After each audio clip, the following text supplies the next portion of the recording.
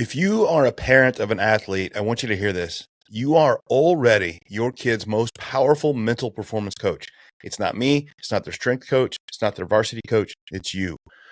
The way you talk in the minivan, at the dinner table, and after games is literally wiring your athlete's brain for either confidence or anxiety. That is a lot of pressure, and it's kind of daunting. And that's why I created my free email course called the Resilient Parents Playbook.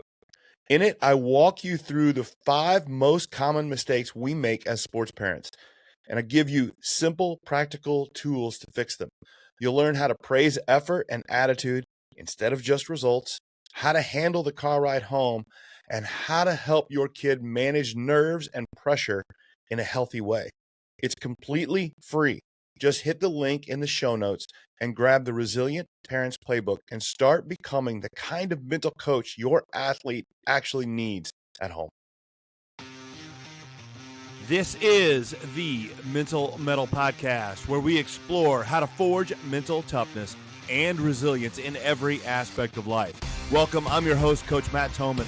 I'm an ICF certified professional coach with a background as a teacher, basketball coach, and athletic director. But my journey took a dramatic turn in 2020 when I survived both cancer and a stroke. Those experiences shaped my mission, help others grow stronger in every facet of life. Today, I work with athletes, coaches, educators, and anyone who believes that positive mental health is both achievable and a personal responsibility. This podcast is dedicated to helping listeners develop a positive version of toughness, one rooted in resilience, focus, and growth. Whether you're looking to excel on the field, in the classroom, or in life, this is your space to learn, grow, and take action. Join me on this journey, and together, let's forge your mettle. All right, metalheads, welcome back to the Mental Mettle Podcast. I'm here with my guest today, Ricky Scruggs. And Ricky, as you and I were talking before we jumped on, I think we have a lot of similarities in what we do and what we're trying to do and the clientele we're working with. And I love, so there's a couple different kind of podcasts I do. Sometimes I work with an athlete and we talk about the things and the struggles that they've had and what they've overcome. Sometimes I talk to like an athletic coach and we talk about how they weave in mental performance into their coaching and their practices and their games and stuff like that. And then other times I talk to an author or a coach that's kind of like me, and we spend the whole time talking about like, oh, this is a great way to do this, and this is interesting, and oh, I've tried this, and this is something, and we talk about it. Almost becomes more of a conversation about ideals and how the best practice for doing some mental performance coaching. And I'm feeling like that's going to be the conversation we have today, and I'm here for it. So I'm excited about the interview, and I'm excited about where we're going to go. So do me a favor and give me a quick introduction to Ricky Scruggs here. Oh yeah. Thanks first of all for having me on, man. It's really a cool thing. I like what you do. Yeah, I like a lot of people. I grew up sort of in a rough neighborhood in Washington, D.C., and that led to me being shipped out to live with my step-grandparents, neither of which had left arms, and I'm left-handed, so it became kind of a weird thing that my grandfather said. Time out a minute. That seems made up, man. Like I know. It's the start of a bad joke, Ricky. I got off the plane and my grandfather said there's not been anything in this house left-handed in 30 years, and so put your fork down and pick it up with your right hand. So that was kind of the start of the adversity that started there. It was different adversity back home in Washington, D.C. And so what was supposed to be about 6 months of being without my dad turned into a year and a half, and had pet rabbits that I thought were pets, but then Grandpa made me go grab them and hit them in the back of the head, and they were dinner. So a lot of crazy changes through that. But the reason I was sent out that way and why we decided to move was because of the Kayak World Series in Farmington, New Mexico. So this was in a tiny little town called Flora Vista, but Farmington was where they had the biggest, basically amateur World Series in the nation. And, I was fortunate enough to get to play in that, played against Ken Griffey Jr., was on the same, all-star team with him in that tournament. And just got so many blessings and so many things from baseball. But as I got higher up and played in professional ball, I got started losing my footing. I went from being like the 3-hole hitter and the best hitter on any team I ever was on to not playing and just struggling to get in the lineup and just didn't know what was happening to me. And so through a twist of events and everything like that, I ended up hanging them up and then went straight into the car business because someone said, hey, I studied psychology in college, and then went into business for myself while I was playing pro ball with a hats, jackets, fanatic type of shop, and then sold that and then went into the car business. And it was just like baseball. It was like, hey, man, you sell a car for a lot of gross. It was like hitting a home run. You have a high closing percentage, like having a great average. And I fit right into that. And my personality of wanting to overachieve fit right into that too. So I was salesman of the month for 7 months, had a success. And I found myself on the street corner that night looking at what I was doing. And I'm like, man, is this my life? Like I'm going to sell cars? I don't know. So saved my money. I took a trip to California and called an old buddy, and he was working at something called the Baseball Academy. Sean Green had opened up this thing called the Baseball Academy. I'm like, what's a baseball academy? This was in about 2000, year 2001, 2002. And so I go see him giving lessons in this indoor baseball facility, something I'd never seen in my life. And I thought, wow, well, California starts all the trends. There's nothing like this in Tucson. Which now everybody knows what a baseball academy is. Yeah, now everybody knows. So I saved all my money and took out all my 401k. I did everything with my own money. I opened up what ended up being a 26,000 square foot facility. And through that, I got to work with a guy named Brent Strom, who was out of baseball at the time, but he ended up getting back into baseball. He was ahead of his time with the training.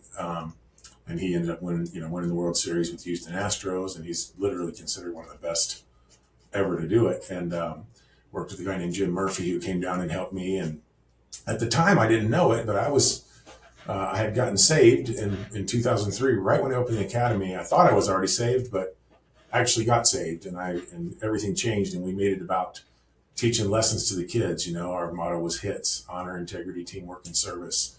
And we were just that's all it was about was teaching the kids mental skills. And I through a series of events, I was just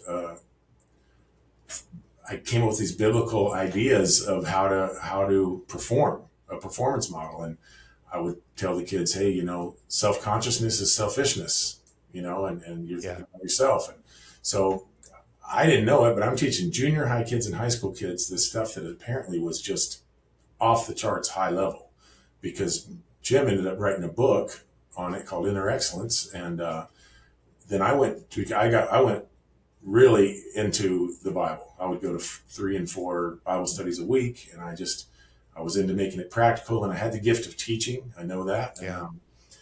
And so I went that route, and he went the route of coaching. He started coaching athletes. He came down to the academy, and we started doing mental skills together and goal setting things and personal development. I had learned some stuff in the car business, but the Bible started putting a new light on this stuff. And so Jim and I would sit there and have these deep conversations about performance. And so he wrote his book called Inner Excellence. And we sat while I was in the ministry, we probably talked for 2 hours at least every other day for about a year and a half as he wrote this thing. And he would tell me about his clients, and I would incorporate my car business stuff and how to do it. And I'm like, this coaching thing is pretty cool. Well, at the same time, one of my students that was 8 years old when I first got him was in college, and he got in a full ride to Kentucky. And when he got there, they realized they over-recruited in his position and they needed something else. And they basically told him, through no fault of his own, hey, you might as well find someone else to play because you're not. Yeah. And which happens. Yeah. And that hit. It's unfortunate, but it happens. Yeah. Yeah. I mean, it wasn't his fault, but it hit a deep wound in him. Sure. Through the NLP. So his mom called me up and said, hey, I want you to coach him, and I want to pay you. Because I said, I'm going to pass these. She goes, I want to pay you because I know you'll show up every week if you feel that. So started doing him. He ended up being an All-American. He walked on to Mexico State, led the nation in RBI. And it's not really me, but he was just a guy who you told him to do something, he did it, right? And I had this methodology that we talked about. But basically, he when he was about 8 years old, and this kind of goes to what happens to people, he was way bigger than other kids. He also got scholarships in football. But Well, he, that's a death sentence for a lot of young athletes to be that good, too big, too fast, too well, the thing is, he was early. Yeah, in football, they don't pair you with your age; they pair you with your size. right. So he ended up working with 11 and 12-year-olds that made him feel ostracized and didn't feel like he belonged. And so when he got this problem at the school, he didn't know it, but it went straight to that wound, and he started feeling like he didn't belong and lost his identity and everything. And so I came up with this thing called the James Bond effect, and I told him, I don't know where this came from. I said, hey man, when James Bond goes to a ball, everybody's there worried about how they look and are they talking to the right people, and are they rubbing elbows, and what they're all self-conscious. They want to impress. But James Bond is the coolest cat at the place, right? Because he's not there for that. He's on a mission to save something else. And so I'm like, if you can get on a mission to serve your teammates and to serve your coach, even your opponent, that's going to melt away, and you belong. Yeah. I mean, you got to belong when you're on a mission, whether anybody knows it or not. You belong. And that speaks to how important metaphors are in coaching, right? In the sense that, like, when he can see it, that, like, it doesn't matter, like your James Bond effect, like it's a good effect, it's a good idea, but it's like, it's more about him seeing, it's his perspective and how he sees it, and that's what's so important, and that's what coaching is great for that. Yeah, I'm sure you as a coach, there's all kinds of ways you get through to kids, and what struck me right then is that when you're on a mission, you don't feel that way. And so through that and working on NLP and working on, and he was a Christian.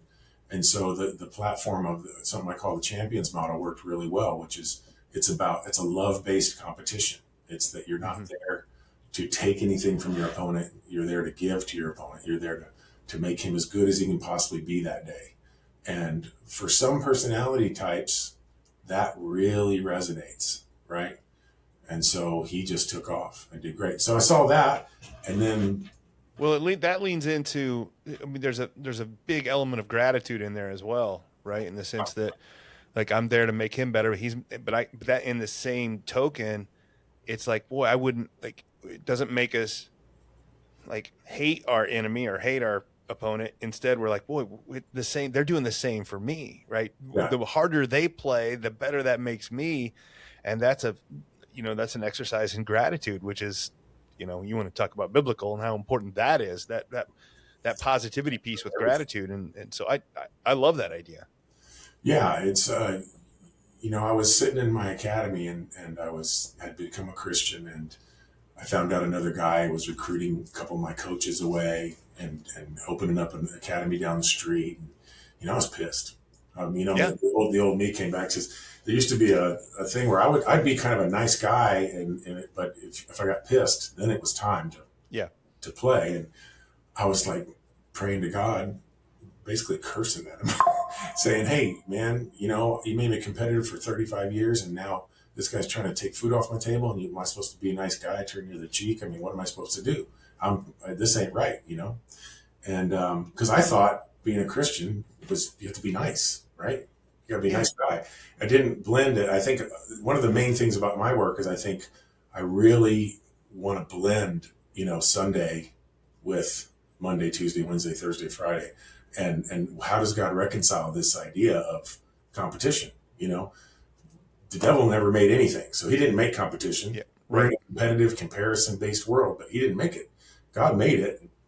Satan perverted it, right? So I'm like, God, you know what? And all I heard as clear as day was, love your enemies. And I'm like, what is that?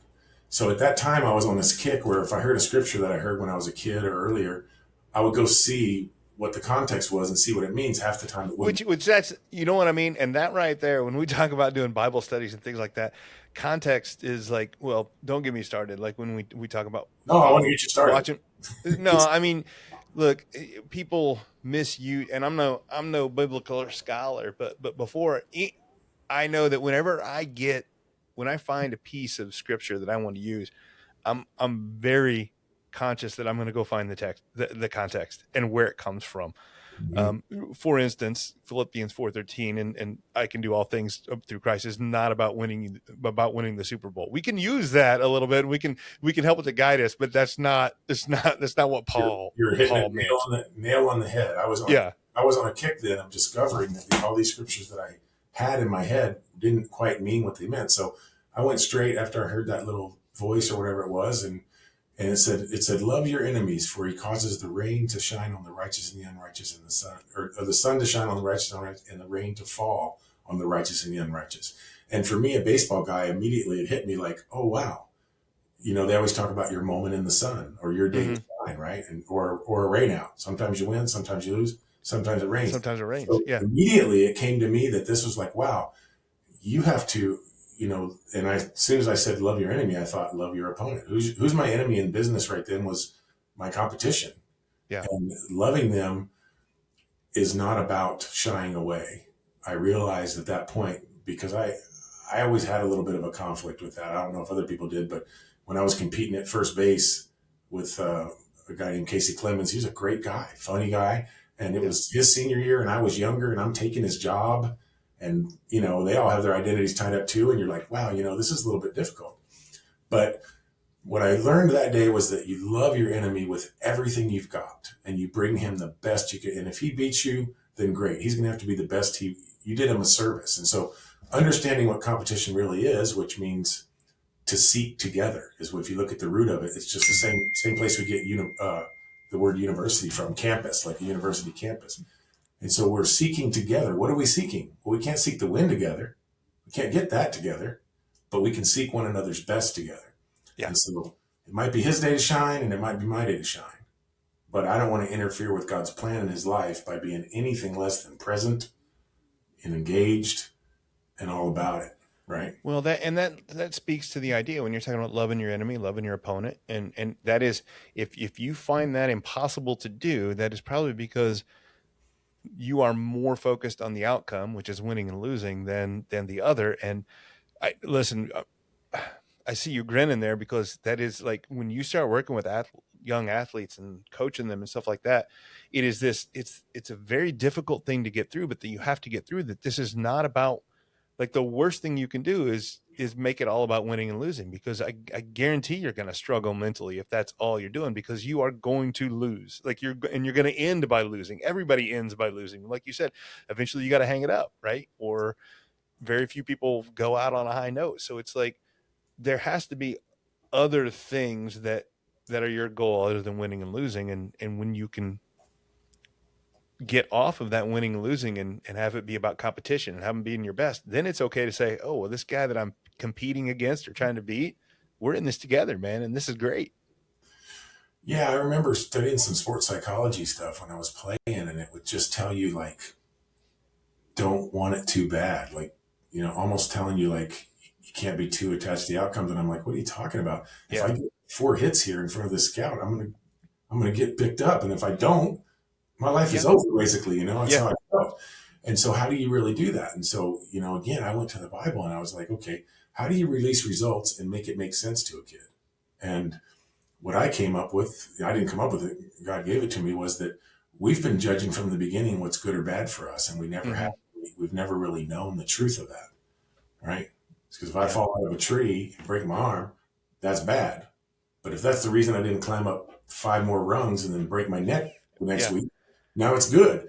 And so I try to explain to kids that the reason you shouldn't be attached to it is because you really don't even know what's best for you. Striking out here, getting a bad call could be what lines everything up or pumps you up or teaches you what you need to know so you can win the big one. So how do you know it? So how can you be attached to something you don't even know is good or bad? That's the only logical way I know of, like, staying process oriented. But that takes a little bit of humility, and you can't think that you're the smartest person in the room about everything, right? And that's you and I were talking before we jumped on, and I told you a little bit about my story, and I had some serious health issues that are the only reason I'm sitting here talking to you today, which this is where I want to be. This is what I want to have a conversation about. And so it's like, I'm so happy where I'm at, and it wouldn't have happened if I hadn't lost or felt like I was losing life for a little bit. And so that once you lean into that idea, you're like, then that's how you lose and learn, is because you're like, oh, I just lost here. Well, what can I pick from this? Or what's the good from this? And you immediately, like, you spend almost no time worrying about things that didn't go your way, because you're like, how this is going to help me. Your athlete probably spends hours working on the specific skill set they need for their sport. And they probably spend hours in the weight room building their body. But how much time do they spend intentionally training their mind? Well, building mindset is the key to bridging the gap between the skills that we see and game execution. Well, Mental Mettle Coaching provides individual programs that can help your athlete develop this third and crucial skill set. Yeah, I mean, afterwards you can look at that and say, well, what's the good in it, and take the learning. People talk about that. But what struck me so much was that before I get in the situation, I can actually say, okay, my job here is to do everything as if unto the Lord, to love my opponent and my teammates and the fans, want to inspire them. And I'm here to do what I got to do. And I can't love someone unless I'm present. So I'm going to do the best I can. But the outcome, I don't know. I would have to know the beginning from the end. I'd have to be able to see your life from the beginning to the end to know it was bad when you had to go through all those struggles. We don't get to know that in the moment, though. Yeah. And we don't, like I said, we'd have to be God in order to know that. And so quit trying to play God and be attached to your results. That's what I tell you. Now we're talking faith, right? Yeah. So you have to have faith that it is going to work out okay if I've got the right attitude towards it. Yeah, I mean, when I work with clients, I don't talk about God like the old man, in the sky or whatever. No. It's love. God is love. And what is love telling you to do? And can you obey that, right? Jesus is truth. Like, what's the truth of the situation, right? So when you talk to yourself, can you speak the truth about the present in order to open up possibilities for the future, right? Oh, I can't hit the curveball. I always strike out on, this pitch, or I hate that, wait, back up. Is that true in this moment right now? Right. Because if it's not, let's change our language, right? Yeah, that negative voice is, it takes just a kernel of truth and just blows it out of proportion. And we get things where we use, just exactly like, I'm the worst, or I'll never. It's like all these absolutes that just are not true, and they come from a place of failure. Oh, I didn't hit this curveball, so my negative verse takes it and goes, oh, then I guess I'll never hit a curveball. Well, that is not the truth at all. Yeah, well, that's the whole thing. Is like that, like you said, it only takes. How do they kill rats? 99% good food, right? So you take that seems to be true, but it's just not true. And that's why I say the truth in the present moment, because at this moment, most of what you're saying about yourself isn't true at this moment, right? I talk to him about anxiety, all that stuff. I mean, that's where I was going next. Yeah. You definitely, in the past, I've suffered with anxiety, right? And I don't like to get over spiritual. I'm telling you, I don't, but I like to call it the spirit of anxiety, because what that does is put a separation between me and the actual anxiety, and say, in this moment, like if it says I have anxiety, well, I know my humanity doesn't like to give up anything that I have. It's mine. Mm-hmm. When I say my anxiety, I try to tell guys, hey, well, that's not your anxiety, because I have some too. And this guy's got some. So quit being so possessive about anxiety. It's not yours. It's the spirit of anxiety that's outside of you that is, you're dealing with it for real. It's real. Like, we know it's real. But is it yours? And is it happening at this moment, so that you can say, I have it? Well, you don't have it in the past. So we just put the little phrase in the past in front of it to make it true. We're just trying to deal with the truth. The truth is, in the past, I've dealt with severe anxiety, and it's been a real struggle. That feels better. Like, usually you have people say that, and I say, how did that feel? And they're like, wow, it feels good. I said, yeah, because the truth feels good. You know what I mean? I do. And that's what we're looking for. And you're also, when you're talking about how does that, it's funny when you start talking about, when you ask somebody, how's that make you feel, and do things like that. I think that any times that you, as a coach, when we're having this conversation, you're going to get a lot of athletes, and you get a lot of coaches, and you get a lot of men, right? That when we start talking about that, well, how does that make you feel? They go, well, that's exactly what I thought it was going to be. They're just sitting around talking about their feelings. And then you go, but if there is nothing I noticed you mentioned about false bravado, right? And what you and I probably were close enough to the same age that like our idea of mental toughness was anything but, because it's false bravado, it's arrogance, and it's taking any feeling you might have and then being like shutting it out or bottling it down or whatever. And that is not helpful whatsoever. I think that it takes a lot of courage to be able to take a feeling that you're having, process it, figure out where it's coming from, what can we do about it, and actually grow from it, rather than what we grew up with, thinking that what I'm supposed to do is just ignore it. And that's cowardice to me. So I think everything everything is backwards on what we grew up with, if that makes sense. It's upside down and backwards, isn't it? It is. It is.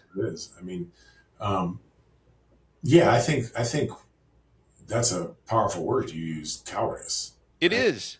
And that's a good way to use our egos to get us to face feelings like we should, right? I like one of the performance things for when I work with a golfer is like, when I realized that, I want to go for the shot. Like I used to play baseball as a power hitter, so I want to hit the 220-yard shot on the green over the water, and no one's going to tell me different, right? Until I realized that the guy who designed the course is really my competitor, and he's designed this thing perfectly so that he'll sucker me into that shot, right? So I tell the golfers, hey, use your ego and say, I ain't nobody's sucker, to get you to lay up. Yeah. Right. So you can use your, like you're saying, you can say, you know what, it's cowardice not to face your feelings. And then all of a sudden it's like, what? That's really good. I think that's powerful. I'm going to borrow that one. There again, you're talking about, perception and how you perceive things is so important, but if you're not doing any kind of, you kind of mentioned it earlier when you talk about that kid you worked with, and you said he was a really hard worker, and he ended up being an All-American and stuff like that. And what I found is when you get that really hard worker you get a kid like that, he probably spent all his time in the weight room and in the cage, right? And he was just like, I'm going to be bigger, faster, stronger. And I'm going to learn, assuming he was a hitter, right? He was spent all his time in the cage and he did these things. So he got really good at those things, but mom knew that, hey, he needs to work on his mental skills. And so he started to work with you. And when you get a kid like that says, I'm a hard worker and I'm going to spend this much time and effort on my mental skills, you're going to see progress on that area as well. And what we're seeing with a lot of athletes is they don't intentionally put, and coaches as well, they don't put any intentional effort into developing their mental skills. They just say, oh, you should have them. And well, that's silly to say, oh, you should be more mentally tough. And then you don't give a kid a tool to do it. And then you get upset that they're not. Well, that's no different than you say, hey, you can't hit a curveball. Just go out and learn how to, you should just learn how to hit a curveball and not teach them how to hit a curveball. Well, it's ridiculous. And we're not there yet. We're getting there, but we're not there yet on the mentality. I don't know if do you notice that as well? Oh, 100%. You're battling a lot. I always tell people, hey, visualization doesn't work. And they say, what? And I say, it's huge. I say the reason why visualization doesn't work is because people don't do it. They say they're going to do it, but they don't really do it. Like they don't do it like they go into the weight room working on a personal best or whatever. They don't do it day in and day out until it really happens. And then they don't add the feeling to it. What's most important is getting the feeling that's with that visualization. And so, here's what we're battling. There's a hidden, invisible, intangible world that controls this world. And it's the only one that really matters. But because it's so invisible, we just slide right back to the physical. It's like when I used to teach hitting, I was like, a kid stepping in the bucket, he's bailing. The first thing a guy does is hold your shoulder, and they're talking about his shoulder. And I'm like, first you got to check and see if it's a spiritual reason. Is there ball fear? Or is it a mental reason? Yeah. He doesn't really understand where the impact zone is, and his brain is saying, I need more room. Fix the spiritual, then the mental, and then worry about the physical, because 9 times out of 10, the physical will take care of itself if you've got the right spirit and the right idea, right? Because the body will align itself with the proper goals, but we go straight to the body, and then we're screwing with the mental even more. I got these kids that you can't change their swing in 6 weeks of practice every day, but they think they struck out once and their swing went bad. I know. Your swing didn't change, buddy. I've been trying to change your swing. You didn't get a bad swing. You did something spiritually or mentally, right? You didn't put in the right space, and your body followed that invisible world. So yeah, the reason why you have a business and I have a business is because people really need to be reminded. They really need to be trained in these mental and spiritual skills, right? I like to call them spiritual skills because it really is a spiritual battle at times. Oh, I'm with you. Absolutely. I love diving through scripture and finding out different ways that Paul is talking like basically like a coach, and like he's talking. I just love it when Romans 2 and he starts talking about transforming your mind. I mean, the dude's talking about neuroplasticity and giving your and that really, I just love that idea. So when you work with an athlete, and I'm hearing some stuff when you're talking about, you haven't really said it, but it's in there, the word identity. Yeah. And, because a lot of kids grow up and when they're an athlete and then they're good athletes, and a lot of the kids that you and I work with are really good athletes. When they're good enough at it, it becomes their identity. And that is problematic. I know that you talk about identity a lot, so speak to that. Yeah, well, the thing is, when I was playing, my identity was so tied up in the sport. Now, if I had a coach who knew how to use that to get the most out of me, right? I tell a story in the book where I was struggling hitting 200, and another guy traded for me, a guy named Jose Cruz. He's a Hall of Famer. And he called me to the front of the bus, and he says to me, "Hey, man, I know you can hit. I've been at the highest levels. You can hit, and I don't care if you strike out the rest of the season. You're going to be my 3-hole hitter, so you might as well just get used to it." I mean, in one sit down, he told me I belonged and that I couldn't lose that. I mean, does that sound familiar? Yeah. Yes, it does. He just says, you are in the family and you cannot be taken away from it. It's yours. And it's not given to you by your merit at all. It's based on who you are. And so the first thing I start with a kid, and I don't have any pretenses that I'm going to get kids saved and they're going to just learn everything about Jesus. They care about sports. And this is what I was listening to one of your podcasts, and it was talking about, I listened to a bunch of them actually, because I really started liking it. And it was talking about how do you get these teams to care about these things, because really they're so transactional and they want to care about the wins. Yeah. Well, the thing they need to hear is the truth is, this is the path to winning. It is. It is the absolute path to winning. So I just tell the kid, okay, give me your I am statement. Fill in the blank. I am a, and I kind of trickery do it with the A part, because then I know they're going to say a student athlete, or they're going to say a soccer player, or they're going to say, and even if I coached at a Christian school and they say a Christian, but what does that mean, right? They don't really know. But if you say I am a champion, and you understand the meaning after I've given you a definition of champion, which in the Bible is the man in the space in between. The Hebrew literally means the man in the space in between. Mm-hmm. One who represents others. And I tell them, you look at the NBA championships, everybody at the championships is a champion. They represent, we crown the champion of the whole tournament, but they all got a name on their shirt and they're representing their city, right? And so a champion is just someone who has decided to represent something besides himself. Yeah. And so when you decide that, if your I am statement becomes I'm a champion, which means I'm here to represent, and I like them, if they're really deep into it, I say that you represent love.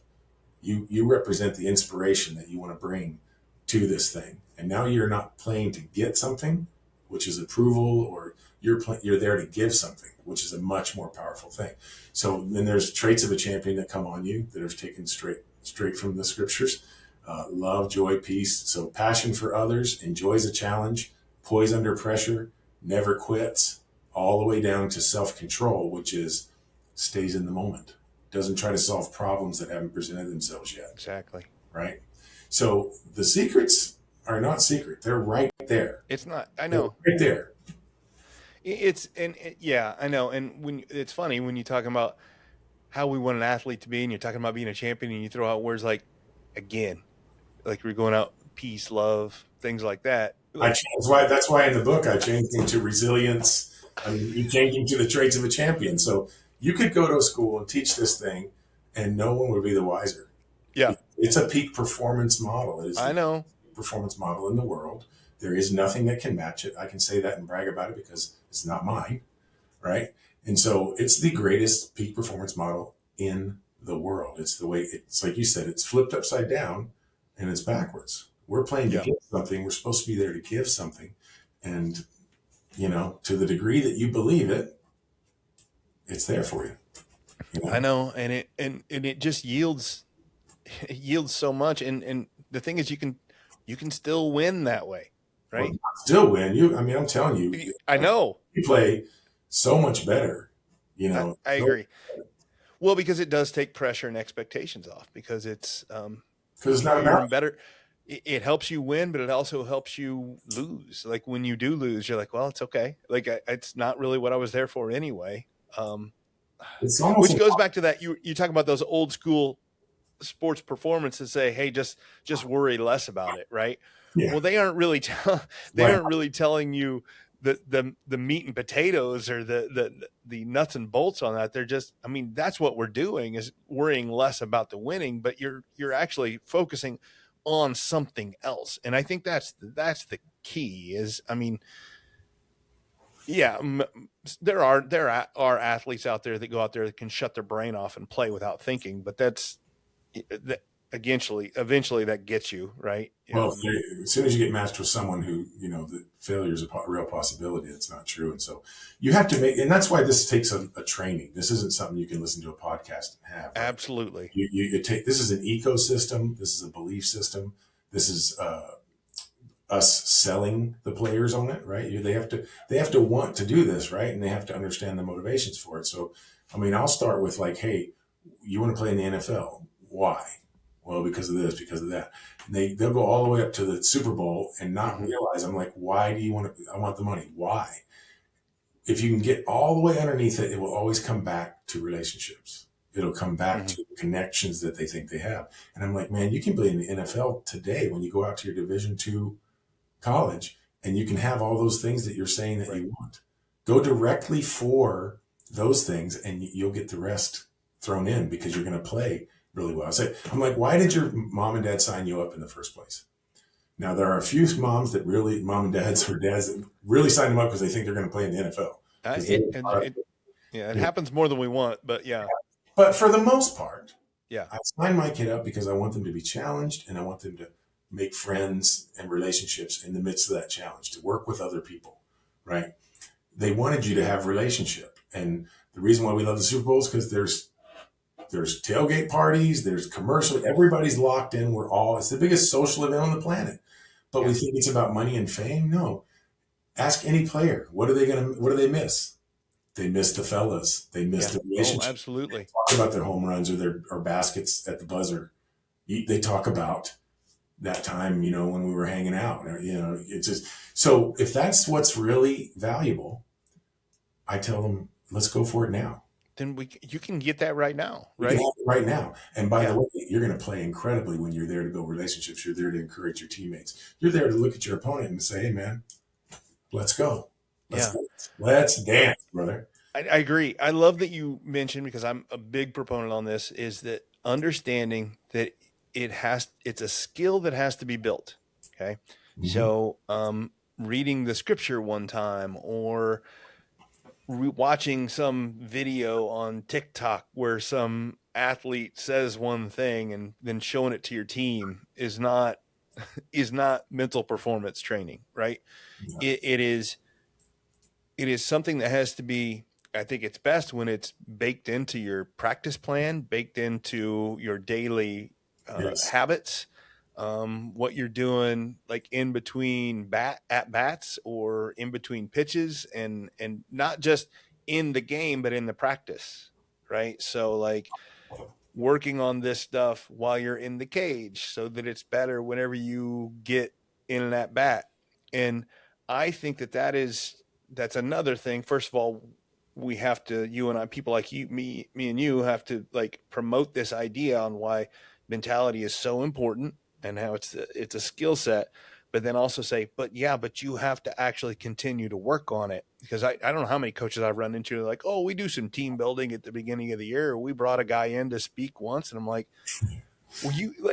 would you, how many, like if we take a baseball example, I'm like, how often do you guys hit batting practice? Oh, we do that every day. And you had a mental performance guy came in once for an hour, right? Like, exactly. It's not, you're not giving it enough credibility, and that's why it fails a lot of times. I won't say the name, but I got hired as a college hitting coach, and when I coached, I would have the guys dry swing during practice. The group would go, and they would dry swing and visualize the whole time, bring that whole round, and they would work on their spirit. I would tell them work on their spirit of a hitter. Then they would go in the cage, and it was all about mechanical strategy, not your swing, but what is your strategy for where do you impact this ball? How do you approach this thing? What's your strategy for where you're hitting to each field? And then when you went out to batting practice, you weren't to be working on anything except for being in the moment. Like practice concentration, because we don't practice concentration enough. And so those levels have to be there. And so I got hired as this college hitting coach, and I was there about one day because I had him doing that. And he said, I don't want anybody swinging at air. I want balls moving. And I was like, I had a little conversation. This ain't going to work out. I'll thank you. I wish it was a good opportunity for me, but I was like, thank you, but I'm out. You know, I want to teach these guys more than just their swing, because that's not what hits. Everybody's got a beautiful swing in the outside the cage. You know, they go in there to hit, and then it all falls apart because of their heart in their head. So, well, and it's funny that you're talking about that concentration, and you're talking about how they, when they're in taking the actual swings, not in the cage, but that BP, that like, that's a time of mindfulness, and just be like, that's where the stuff that you've practiced, you don't think about, and then you're just in a flow state and you'll hit better, which is why I tell parents the worst time to try to fix something on your kid's swing is in the middle of a game. Oh gosh.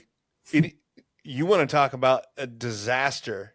Like, it starts working on the spiritual, it starts working on the mechanical, it starts working on, it is not going to go well. It's just not.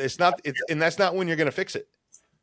I would have parents mad at me because there's like, he's dipping his back and you're not telling him anything. I'm like, I'm not going to tell him. But whatever's going on in the game, it's too late. Like, it's not my fault anyway, but it's too late. And I'm not going to be screaming at him. You know, it just doesn't work. I mean, that's why I don't do it, because it doesn't work. Oh, it works. It does the opposite. Yeah. Welcome to Mental Mettle Coaching, where our mission is to help you learn to thrive in the face of adversity, not just survive it. We are passionate about empowering you to live, play, and work with a resilient and spirited mindset.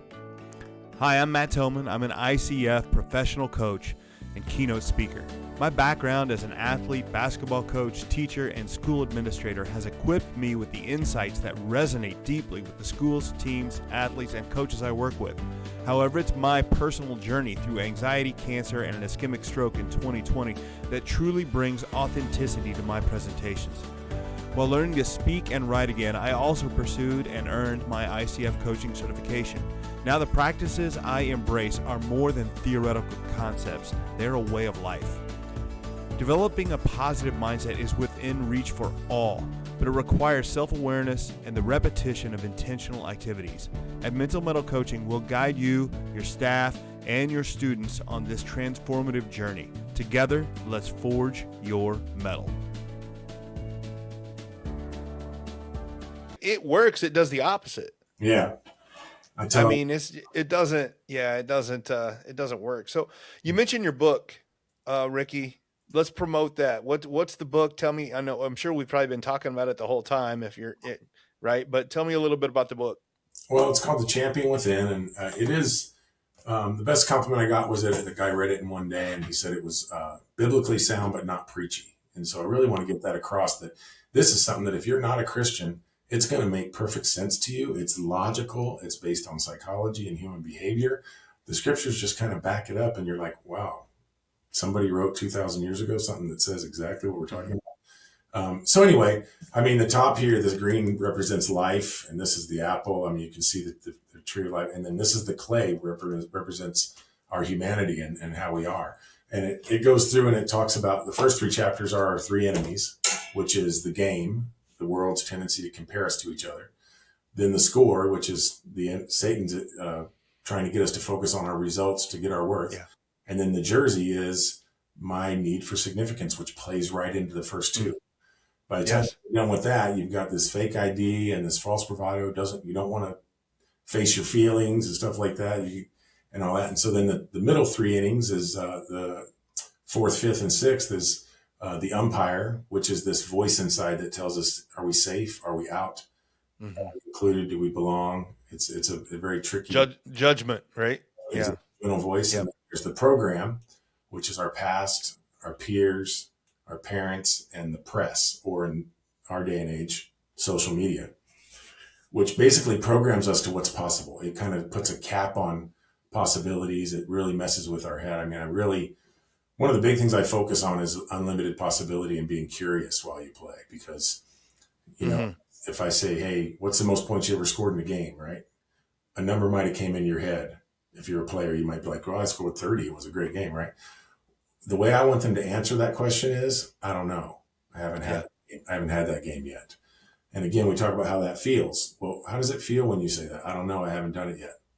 It opens us up to the unlimited possibilities. And so the program in the book is about figuring out how to erase even the good things, right? I mean, think John Wooden is a basketball guy. He said the worst thing a guy can think about in terms of performance is winning. I mean, it's losing. The second worst is winning. Is winning, yeah.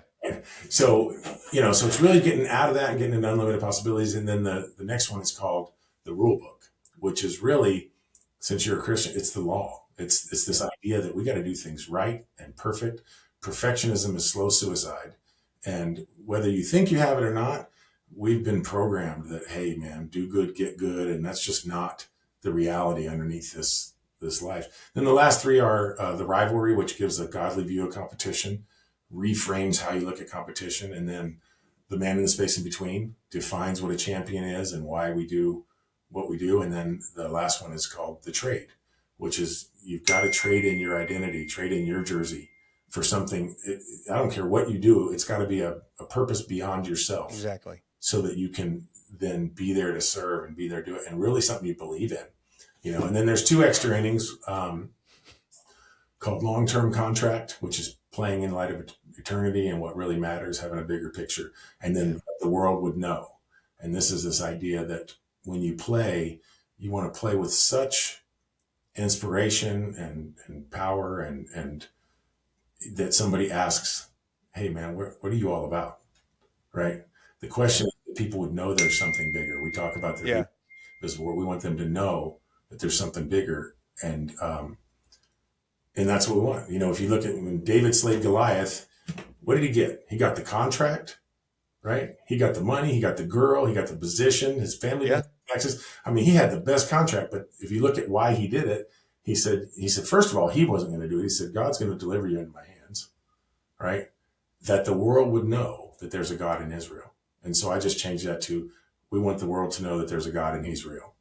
Yeah. Right? So even a non-Christian can know that, hey, what I want to do is I want to show people that there's something more to this life. Because if you don't believe you got to decide if we're in a dark world and there's nothing but, because this is dark and bleak if there's nothing. I agree. But if there's something underneath there, if these blips and we see integrity and we see a win, you know, done right, and we see, you know, somebody serving some, we see these little blips on the screen of like, man, something's good about that. You know, someone pays for your coffee in front of you in Starbucks and you don't get to thank them and you're like, dang, this is kind of otherworldly. You have to decide if those blips on the screen are what's real or is it just all darkness? Yeah. I think it's not only true that it's real, but that's the only way to really find that incredible person that's inside of you, because every one of us has it. Every one of us has a champion within. So that's the book in a nutshell, man. And it's real short. It's punchy, and I just tell stories about all the times when I was playing and examples of when I saw these things, and I didn't have a clue, you know, what it was when I was coming through. Sure. So maybe somebody will benefit from it. I'm 57. I'm still working on fixing me and figuring this thing out. And in fact, I'm not trying to fix me, because we're not supposed to be fixed. We're supposed to accept. No, and it's funny that when you said that, there was a chapter you mentioned there when you talk about perfectionism is a slow suicide. I'm curious from a practical standpoint, working with different athletes and the athletes that are the parents and the athletes that come to you and say, I want you to work with my kid. I don't know what you find, but I would say that far and away, one of the words that the type of kids that get referred to me, the word that gets used is a perfectionist. And it's almost, it's not always, but I want to feel like it's 75 to 80% is like that word gets used. And it feels like that is the precursor to all sorts of anxiety, a lot of issues playing their sport. And so I'm with you. What I find is that they've all gone one of two routes. And a lot of times a perfectionist, they'll start to see the pressure mounting on their kid and they want to do that. And but they also go the other route where they won't really face reality a little bit. They kind of like don't want to look at it. And so they've gone the other route. But either way, see, when you play for yourself, you're going to always end up in pride or fear. Yep. Right? And pride, I talk about this in the book that, Goliath, there's a theory that Malcolm Gladwell, who wrote this book, he wrote the book David and Goliath, but it's really about how underdogs, you heard of this book? Yes. Yeah, it's amazing, right? Great book. Underdogs win more than they don't. So which are they really underdogs? Like what? He blows your mind, right? But he had this little part in there that really caught my eye, which was that Goliath was probably a guy who had a pituitary gland problem, which causes vision problems. And he kind of postulates because he had a shield, which he shouldn't have had, a shield bearer. Anyway, he figures out that he was most likely blind. And I thought, wow, is God writing a whole story with real people telling a metaphor for how pride blinds us? Because, Goliath was like, I'm going to do this and I'm going to do that. And I can, you know what I mean? And then he never saw David coming, right? Yeah. And so pride blinds you and fear freezes you. And that's not a place to be. But when it's not about you, it gives you this great confidence because it's not you doing it. And it gives you this great humility because it's not you doing it. Yeah. And so you get this combination of humility and confidence that when we see that, we're attracted to it. And really, that's where you want to play. That's your peak performance state, right? So, I see that. And like you said, the parents who bring us kids, like they generally, because they can see who I'm about, I don't get a lot of people who are like, I really want him to be the best number one in the world. And I get there, I'm worried about my kid and he's not performing. And, I'd like him to perform better, but he needs to find peace and joy. Yeah. So I work a lot with getting the proper rest and finding that peace and stuff like that. But I still want him to, we want to kick ass, man. Oh, absolutely. I get it. And that's it. But I think, absolutely. And that's what I try to get that through. And I'm having that first conversation with parents is like, listen, this is not about them winning and losing. This is about them, like all the things that we've been talking about. And I talk about all these things, but I said, but don't make no mistake. I'm a competitive guy and I could, you know what I'm saying? Like, but we can be both. If you want to serve your opponent. So if I'm really there for competition, which means to find my best, then I want to treat people the way I want to be treated. Right. I don't want nobody taking it easy on me. No. I used to be like, when I coached baseball, they'd be like, well, when you get up by 10, are you going to let up on the other team? And I'm like, well, yes and no. I'm going to let up, but not for them because I don't want to injure my guys. Why would I push for, you know what I mean? But I'm also going to take everything they give me because I would want them to do that. I want them to expose me if I need to be exposed, We're not going to be mean and we're not going to demean anybody. But I think it's kind of demeaning when you let up and it's obvious that you're. Yes. Oh, absolutely. I don't want anybody feeling sorry for me. So, and so you take it to your opponent with everything you got. And that leads to, well, you can't give them all of you unless you're present. If you're not there, if your brain's somewhere else, right? Yeah. Then you're not there. It's like, So let's bring it all home here. Ricky, last question I always ask is, what did I ask you? What did I not ask you that I should have? What's the topic we missed? What's the conversation we didn't have that you're like, man, we really needed to talk about this? Is there anything pressing, a question I should have asked that I didn't? No, you actually were pretty darn thorough. I don't know why what's popping into my mind is this, it's weird, it's popping in my mind, but that what I was going to ask you before you started to wrap up, what do you do with visualization and stuff like that? And one thing I discovered through the years is that when you ask a kid to picture himself in sport, and then you ask him what he sees. Mm-hmm.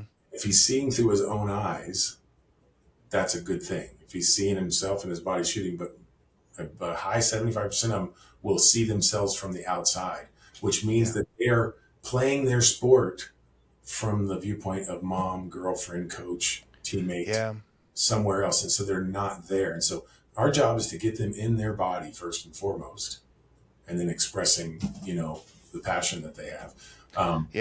It's interesting. I've talked to some Olympic athletes and stuff about first person or third person visualization, and they talk about how there's benefits of both. But I agree that a lot of times if they can't visualize anything through their own eyes, that's definitely problematic. But I think there's probably some uses for both. I love visualization. One of my favorite ways to do visualization, since you kind of asked, I'll bring it up here, is the world is full of uncontrollables, in the sense that, like, you're going to have an umpire make bad calls, right? Mm-hmm. But just because it's uncontrollable doesn't mean it's unexpected, right? Mm-hmm. Like, you can that you can't control what an umpire is going to do, but you can expect the fact he's going to make a bad call once in a while, right? And that gives you power. Whenever you say, look, I kind of expected this. And I work with my athletes to visualize, how are you going to respond to that uncontrollable that is coming?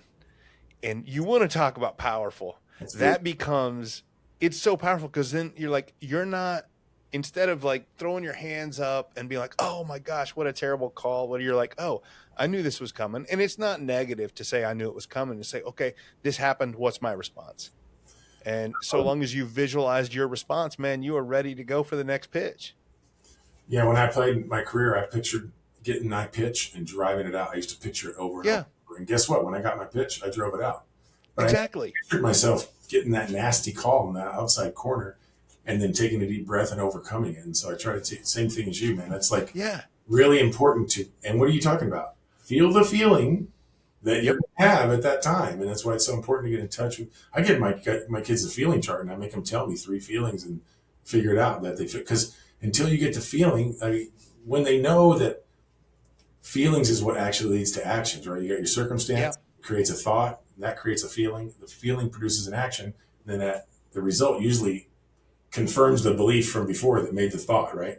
So when you realize that your feelings are driving a lot of things, the kids are more willing to get into it. But to answer the question about what we didn't bring up was probably in that vein of visualization, affirmations, and self-talk. I think that another biblical term that really plays into the mental is that everything's made through words, right?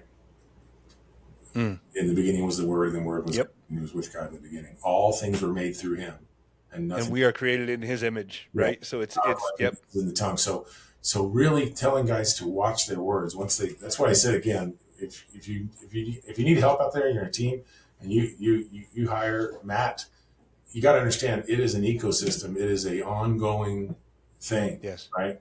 I would personally rather, I used to have kids that buy 12 lesson packages in baseball, right? And they'd come and they'd get them every week, and they'd cram them in, they'd be done, and they think they're off and running. And then another kid would not be able to afford 12 lessons at once. And I'd say, well, you come see me once a month. You know what I mean? And you can pay for it as you go. That kid who did 12 lessons over a year was way better. Absolutely. Because of the influence and the tweaking and the going back. So, if you hire Matt, or you need help for plan it out for it to be a season for a year, and really get from the head to the heart of these kids, because this is the stuff that makes kids and makes us all be able to be resilient in life later, and all that good stuff that we talk about. Because the true coaching doesn't happen in the session; it comes between sessions, and that's 100%. You have to have the sessions, but it's the focusing on it in between that makes all the difference. And when you have a little bit of space in between, and you have adversity between, and you have all that, that's how you can make those changes. What do they say? It's the space between the notes that makes music. Oh, well, yeah, right. Very, very, very musical thing there. Yeah, you're right. Well, Matt, this is amazing. Ricky, this has been a great conversation. Did we miss anything? Any last thoughts on where people can find you, your book, where we can buy it, anything like that? my website's rickyscruggs.com, and my book's on Amazon, and I'm not promoting it really because you're supposed to have 100 reviews before you start paying for marketing and stuff. I got like 19. I sold like 400 books, got like 19 reviews. Reviews are don't get me started. I'm like hard to get. Right? It's like I'm like, just give me a review, guys, and then I don't know, people they don't do it. They're like they're working on it. I'm like, you don't need to write a book for my book. I know. Listen, I know. I know. This is maybe we can have this conversation another time, but don't get me started. Yeah, I don't understand. But yeah, just you can find me wherever. My main goal is to get the message out that there is a way to do this. There's a hope. There's a way to perform that is not only going to bring more peace and all the good things we want for our kids, but you're going to win. This last thing I'll say, that you brought it up earlier, I wrote a little note. You said, you're rarely losing, as you know, is when you weren't present and when you didn't bring your best. And so it's almost impossible to lose when you follow this model. You could get beat, which according to competition is fine. It's fine. I can walk away from getting beat, but we don't want to lose. And so, yeah, there's a hope. There's a big time hope. If you're stressed out, if you're, and if you're an entrepreneur, it's the same model. It is. Well, we didn't even get into, Ricky, and I don't want to go down that rabbit hole now for sake of time, but when I work with a young athlete and we talk, because we mentioned this, we're not talking, most of them aren't going on pro. This is all, when you talk about the spirit and the mentality and things, this is all preparation for things after sports as well. So sports is just a great proving ground for kids. Well, it's the final frontier. It's the last place in our society that they'll accept there's a fair ball and there's a foul ball. There's out of bounds, there's inbounds. I mean, wow. There's no absolute truth, but on the field there is. And so it's a great chance to, there is absolute truth in my book, but, to hear our society talk about it, they wouldn't. So sports is the final frontier for us to teach our kids, what it's like to lose and have resilience and all that stuff. So embrace it. Absolutely embrace it. Yeah. Yeah. Ricky, it's been great. Thank you so much for coming on the show. It's been a great conversation. I sure appreciate it. For me, man, and what you're doing is amazing, and same to you. I support it. All right, man. I'll talk to you later. Thanks. We'll cross paths again. Mm-hmm. Coaches, do you dream of guiding mentally tough athletes towards a championship? Kids that are resilient, persistent, and unshaken by setbacks. Well, in today's world, those athletes aren't born. They have to be developed. Many athletes face significant challenges and risk burnout. So how do we foster that mental toughness without overwhelming them? Well, introducing the Ember to Inferno program, Building Mentally Tough Athletes. This series is designed specifically for coaches, offering a deep dive into your own journey of mental toughness and equipping you with practical tools to build confidence and belief in your athletes. Rather than just simply adding more adversity to their life, we focus on creating a strong foundation for mental resilience. You'll learn how to transform a spark of motivation into a blazing fire of toughness, using techniques that address challenges like social media pressures, athletic stress, and trauma. Don't just wish for mentally tough athletes, build them. Join the Ember to Inferno program today and ignite the potential in your athletes. For more information, contact me, Coach Toman, at Mental Mettle Coaching. Loved that interview with Ricky Scruggs. And, he and I are like-minded on so many things. So of course, we're going to enjoy the interview and it's going to be a good one. But there's some things that I pick up from it. And that's what I get every time I talk to another coach, another author, something like that, is just the ideas, a different way to say the ideas. And especially with Ricky here, because a lot of it is faith-based, and which I really appreciate. And just some of the ideas and just the overall is just how we have to stop chasing performance. And we spend so much time as an athlete, as a coach, chasing performance, better stats, more wins. And we think that, creates more confidence and more recognition, which it can. But what if performance wasn't something we chased? And what really stuck with me with Ricky is the idea that peak performance isn't found by chasing performance. And I think he's right. First of all, performance-based model makes it just a terrible foundation. When your identity is based on performance, every game becomes a verdict. Mistakes become personal. Failure feels like rejection. Success never satisfies because you have to prove yourself again tomorrow. And this just starts to create anxiety because you're always worried about the next performance and if it's going to go there.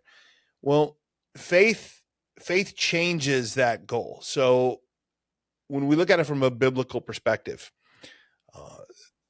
the Bible doesn't say perform so God will love you. It's not merit based. It's God loves us by grace, not by our merit. And so, I mean, we're already loved. We're already accepted. You already belong. And performance flows from identity, not towards it. That's kind of the gospel. So it's, as he said, everything is upside down and backwards from what we do in athletics. Well, what happens then when you change our identity? Well, you no longer need the game to tell you who you are, right? You have a different identity beyond the sport. Well, that, lessens the pressure. We have a little bit more freedom. You compete and have fun and enjoy that competition instead of it feeling like a survival. You can take risks. You recover from mistakes faster because your ego's out of the way and you're like, hey, that's something I'm learn from. And ironically, this is when your performance actually improves, when you're not worried about those things. And that's similar to like what we see in scripture, because it's not, Jesus didn't teach like outcome based. So we weren't ever promised outcomes, at least from a sports perspective, right? We're called to be faithful, be obedient, love God, love others, serve others.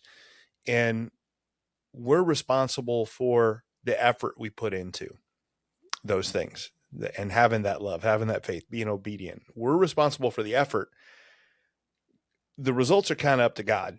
There's so much of it that we can't control.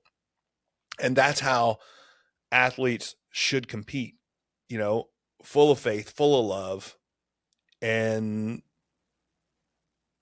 with that effort and not worried about the outcome. And that kind of turns me into I would say the main idea, what I picked up from talking to Ricky, is that idea that athletes should compete to give something, not to get something. So we should give effort. We should give preparation. We should give courage. We should give leadership. We should give our best to our opponents.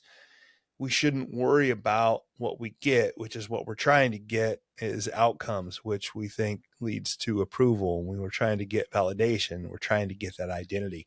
And it's a complete shift in mindset. Again, Ricky said it, everything's upside down and backwards. And it's not how we were taught a lot of times playing athletics. But yet it's a great way to win. And it's a great way to feel good about winning too. And that's the paradox of performance sometimes, is that the harder we chase confidence, sometimes the more elusive it becomes. And the more we chase winning, the tighter we become. But when we pursue, again, purpose, truth, love, obedience, and we chase those things, performance starts to flow naturally. And so maybe the goal isn't becoming a better athlete. It's becoming a better person. And that's the irony of it, is when you stop making your identity about performance, you start performing better, right? You often become the performer you are trying so hard to become in the first place when you quit trying. But it's not by just saying, I don't care it's not by saying, oh, I don't care about this and I don't worry about this. No, it's by talking about what you give. Right. So maybe that's the challenge before your next game. when you're coaching, when you're working with athlete, your parent, your kid or whatever, is be thinking about what am I trying to give today, not what am I trying to get? And that is, man, that's a great question. What am I here to give? Not what am I here to give? Did I say that wrong? What am I, you get what I'm saying here. What am I here to give today? Not what am I here to get? It's about what am I giving, not what I'm receiving. And I think that is, oh man, what a great idea. It's biblical, and it'll help with that performance. And I think I think it's a great question that may really change the way a lot of us compete. And that's something I'm going to be thinking about and ways that I can work that in with my athletes and the individuals that I work with. So it's so good for me to meet people like Ricky who are doing this profession, because it makes me think. And this is something I'm going to be thinking about with the athletes that I work in, some of the individual coaching that I do. And what am I here to give today? Not what am I here to get? I'll find a way to say that a little bit cleaner when I'm working with them, but the sentiment is there. So thank you so much for joining. If you like the episode, share it with someone, please. If you're like, hey, a lot of people tell me, hey, this is great stuff. It's phenomenal. The world needs more of this. And then they don't share it. Well, if you really believe that, then share it with somebody. Share the episode with somebody so they can share it with somebody else. If you think that this is something that needs to be out there more, then do your part. Share it with somebody. Like, share, subscribe, all those things. I would really appreciate it. Thank you so much for joining. Thanks for listening. Thanks for watching. I really appreciate it. This has been the Mental Mettle Podcast. I'm your host, Coach Matt Toman, and always remember to forge your metal. Thanks for listening to the Mental Mettle Podcast. Don't forget to tune in every week for more insights and strategies to help you forge mental toughness and resilience. This podcast is brought to you by Mental Mettle Coaching, where we are driven by a passion for sharing knowledge and experience that empowers others to play, live, and grow with confidence.